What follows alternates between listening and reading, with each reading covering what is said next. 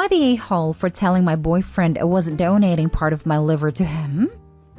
My boyfriend, 31 male, in the past had a binge drinking problem before we met. By the time we met, he had been sober for years, but he had cirrhosis on his liver that doesn't look to be getting better and had some really bad lab results. He also had an embolism in his lungs, so had reduced his lung function and diabetes. We went to a liver specialist who mentioned that my boyfriend might need a liver transplant in the future, and he came back pretty bummed about that, understandably. He then, not seriously, but kind of hopefully let me know that I should donate part of my liver to him if we matched. I told him no, and I was kind of shocked he would ask. We've been dating 8 months, and while I like him, I'm not convinced he is the one yet. He has a lot of qualities I like, but some that drive me up the wall, including having poor personal hygiene and not looking after his diet and eating mostly fast food, which probably caused the diabetes. He was surprised, and then tried to cover it up, saying he didn't expect it and was just joking. I felt like he was serious, but didn't want to seem that way and told him I would only think about doing something so personal for a parent, sibling, or spouse, and only if we were in good terms. Then he joked that he could just ask me to marry him to get my liver, and I told him now that he's mentioned it, it would make any marriage proposal seem disingenuous, so I wouldn't get matched to see if I was a candidate beforehand. He got serious and told me the liver isn't a big transplant and I would still be able to keep part of my liver. I told him it doesn't matter that the liver regenerates. I wouldn't even think about doing it for just a boyfriend. He got offended and said he would do it for me if the situation was reversed. But I said the problem is the situation isn't reversed, so I'm not convinced he would just because he's spouting platitudes.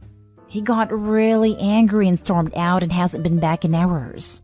Am I the a-hole for being overly honest with him that I wouldn't donate any liver for him? Now for the top comments. This is a bad sign, and more than just this one level. A big part of recovery is taking responsibility for your past. He doesn't appear to be doing that if he's expecting your help, even if he framed it as a joke. 8 months is way too short of a time for him to have the impression you'd be willing to donate one of your organs, particularly when the need for it stems from his past addiction struggles. I think your instincts might be correct. He's not the one. You and your liver should run, not stay whole. If Opie wanted, she could get tested and let the doctor know she doesn't want to donate if a match, and the doctor will just say not a match. But honestly, just throw away the whole man who wants to make "I was just joking," but treats you as if it were serious jokes. It ties into what the above comment was saying, that recovery means taking responsibility for your past. Jokes like that show the kind of person who wants to do whatever but face zero consequences. Not stay whole. Not stay whole.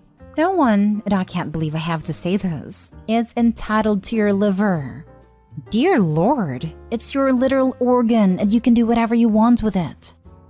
We've seen gold diggers and now we see a liver digger. Not stay home. It seems like from your message you already know deep down that he's not the one. Even if he was the one, I wouldn't do it for a boyfriend. I might do it for a spouse because at that point we are married, but that's just me. Opie, you're absolutely right. He has also ruined any future proposal with his comments too, as it will also come across as disingenuous and conniving. He definitely wasn't joking considering he kept pushing the subject after you said no. You're so unbelievably not the a-hole. Next story is titled, Am I the a-hole for deeply insulting my mom's boyfriend's son at a family event because I thought something he said was a little misogynistic? We had a little garden party a few days ago at my mom's long-term partner's, John, weekend house. His older son, Charles, was also there. Charles is 32, lives with his mother, unemployed, and maybe worked a total of 1 year in his entire life if we add up the bits. He doesn't have any mental or physical disabilities, and he has a degree in computer science. He is just lazy and always brings up excuses for why he doesn't have a job. Charles spends his days playing video games, taking care of his 2 dogs, his newest excuse to why he can't work. And he keeps his mom's apartment clean, does their laundry, and he thinks that's enough contribution.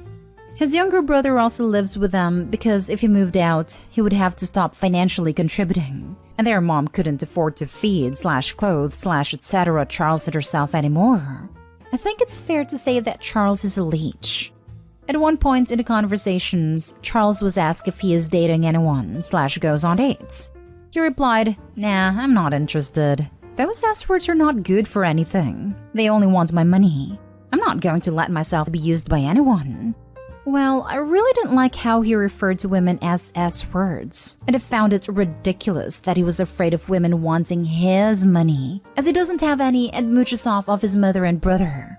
So I laughed at his face and asked him, "What money?" That he is just a useless, broke loser who is using his poor mother, leeching off of her, and he provides no value to the world. He is a burden on everyone around him. He just said that he contributes more than enough, that I don't know what the hell I'm talking about, and that his mother owes him a lot then left. I'm not going to say that I feel bad about Charles, because I don't. But John looked so sad and devastated, and I kind of ruined the party. John is a great guy, and I feel bad for him. I know he blames himself for Charles. Am I the a-hole for insulting John's son in front of John? Do I owe John an apology? Not the a-hole. John is sad because he knows what you said is true.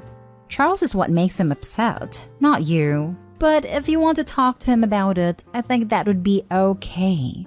Maybe start by apologizing for allowing yourself to get drawn into an argument at a party, because that is a legitimate thing to apologize for. Opie could have stopped at, "What money?" It was John's party and Opie should apologize. Being right also means handling it effectively, not just spewing words. There's also a bunch of other better words to use for women than S-words, so it looks like everyone made choices that day. If Charles had used the N-word or said something about gay people, not a single person here would find that Opie out of place. But misogyny is so ingrained, it doesn't have the same impact.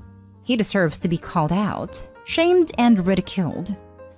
If Opie had addressed the misogyny, that would be different. She didn't. None of what she said addressed how he spoke of women. It was all personal insults. Nothing she said is going to make him rethink anything.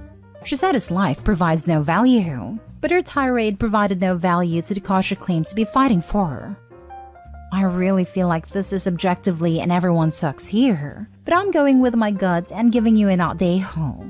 You are 100% correct for calling out the disgusting comments and spoke the truth to put the child in his place. But you probably violated time, place, and manner in how you went about it. He certainly has it coming, and could probably benefit from being called out on his situation. Apologize to John, but explain why he blew up. You owe Charles nothing. Next story. Am I the a-hole for not letting my dad's girlfriend force me to keep kosher? Alright, so my 16 female dad has been dating this new woman, Natalie, for around 3 years now. She's fine or whatever. I don't really talk to her much, but she's always been nice to me, except for being extremely weird about her kitchen. For reference, Natalie is Jewish and me and my dad are not. Natalie keeps kosher very strictly, which for people who don't know, meaning she won't even eat off plates that have touched non-kosher food, eat at non-kosher restaurants, or even in our houses is not kosher. There's a lot of other rules, but it would take me forever to list them all. All you have to know is she's strict about her food. And even though she's never tried to force this on me or my dad, and we don't care that she doesn't eat out / in our house, I'm getting annoyed at how anal retentive she is about her apartment. If you visit her, she asks that you not bring non-kosher food and let her cook for you. She's a great cook and always makes sure we have something to eat. But sometimes I want to eat bacon or shrimp or something, and I think it's weird to tell your underage guest they can't do that in your house even if they don't use your utensils? On to the conflict. Basically, I bought a cheeseburger with a side of popcorn shrimp on my way to her apartment, since my dad and I are staying the night. I didn't feel like eating it in the car or at the restaurant because it's weird to eat by yourself, so I brought it inside. I used one of Natalie's plates to set the food on, cause I guess I didn't just want to eat out of the bag. I don't know. But anyway, she saw me and my dad started freaking out on me about how could I disrespect her like this. Natalie went into her room. But like at the end of the day, I feel like she's over twice my age and getting mad at a child for being hungry. Plus, I was going to wash the plate she literally never would have known. So I feel like she's just being weird and strict to feel different. Am I the a-hole? Now for the comments. Look, dude, I get it. I've been an atheist just about all my life. And for the most of that time, I thought religion was pretty silly. I still don't have faith. But I've come to learn that if folks need structure to their spirituality, who am I to criticize as long as it's not harming anyone? More to the point, these kosher rules, which may seem like nonsense to you and me, are clearly very deeply important to Natalie. It was communicated to you how important they are to her and how seriously she takes them. And you absolutely 100% disrespected Natalie's deeply held beliefs in her own home.